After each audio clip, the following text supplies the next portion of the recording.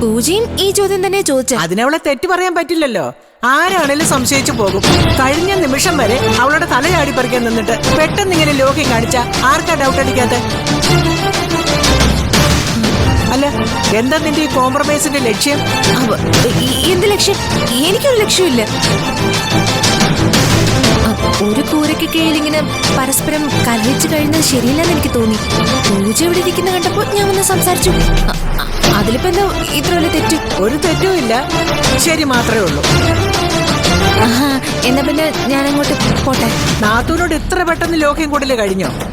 ഇനി എപ്പോ ആണെങ്കിലും പറയാലോ, അല്ലേ മോളെ? എന്നാ പിന്നെ ഞാൻ അങ്ങോട്ട്. നിക്കടി അവിടെ. എന്താ മുത്തശ്ശി?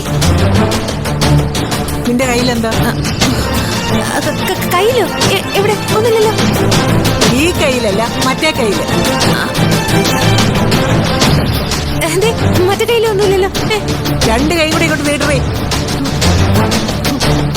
എന്താണ് നീട്ടാനൊരു താമസം? നീട്ടി. കൈ നിവർത്തി പിടിക്കണേ.